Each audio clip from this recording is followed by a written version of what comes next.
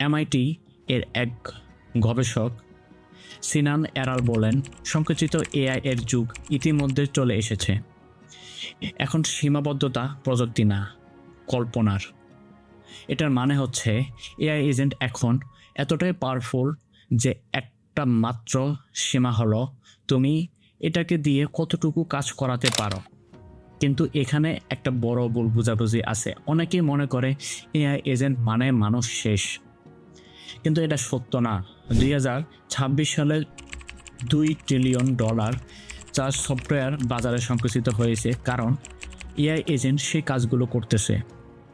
কিন্তু একই সাথে এআই ইঞ্জিনিয়ার নামে সম্পূর্ণ একটি নতুন পেশা তৈরি হয়েছে, যারা এজেন্ট বানাবে, ট্রেন করবে, দেখাশোনাও করবে।